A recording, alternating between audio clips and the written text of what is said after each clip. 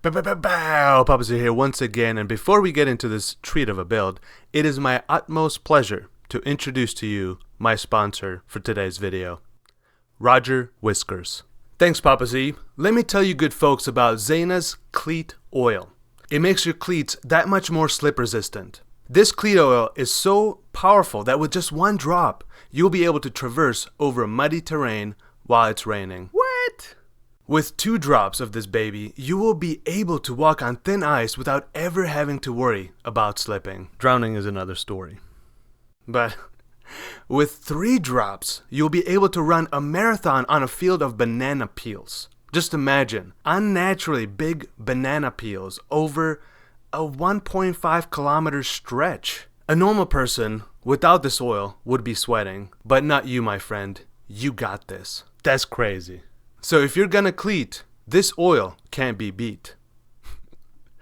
Alright, thanks Roger Whiskers. Now on to the build. Since I've never got rid of all of my magical abyss jewels and my bank account being in shambles, having literally 0 chaos and a 15% interest loan, I decided why not? Let's go for it. Let's make a fun abyssal jewel stacking build once again, but this time utilizing the all but forgotten Doomfledge bow. Sifting through all of the bow skill gems that exist, I wanted to squeeze out as much DPS as possible on a budget, which made me realize that I probably shouldn't go for skills that require additional projectiles from gear because that would get real expensive real quick. Playtesting most of the gems, I fell in love with the Galvanic Arrow of Energy, which then made me tinker with the AoE to damage ratio a bit. After scaling the AoE quite a bit, I was kind of lacking a bit of DPS, so I started scaling it back just to see what the best balance of both worlds would be. That being said, before the gear section, I did record a bit of AoE tomfoolery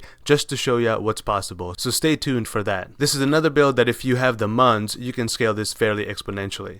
Obtaining a better adorned jewel, better abyss jewels, 3-socket, shroud of lightness, etc. will give you that damage. This time around, I didn't travel all the way to the agnostic keystone on the passive tree. Instead, I have Dance of the Offered Carnal Boots that give me that keystone. If you haven't seen my Abyss Stack and Slayer video, basically by having the agnostic keystone, reserving just a tad of life, Archmage support in the helm, and using life tap support enables me not to lose any of the precious spirit charges I accumulate through my map travels. Speaking of charges, with everything up, I have 7 frenzy, 5 endurance, and 4 power charges. This gives me a better damage, physical damage mitigation, and about 36k evasion. I did end up getting a bit of spell suppression as well, about 88% per POB, and I have phasing because I'm a raider. Now, I could spend hours talking about the minutia of this build, but instead, I invited Bob and Billy to sing a song instead.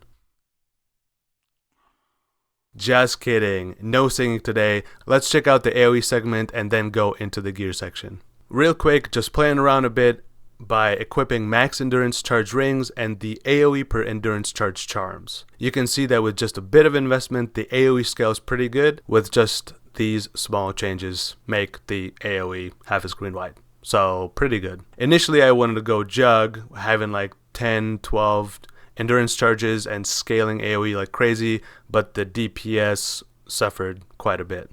This one's going to be short and sweet.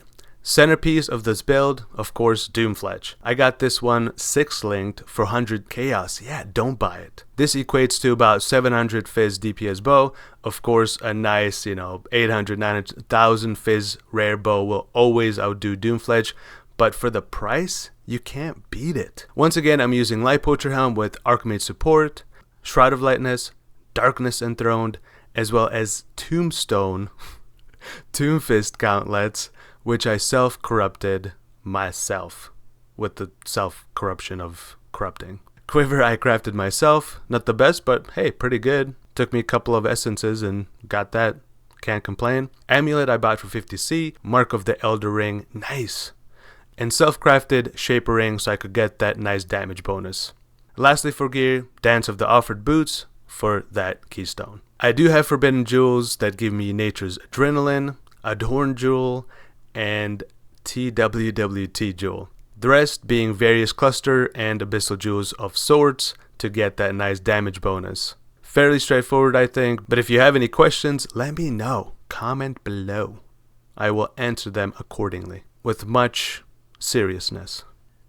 Thanks for watching. I'll see you next time with another beautiful build. Available now in Dodre's store, seen in previous videos. Yeah, somewhere. But buy the oil. I need chaos for another build.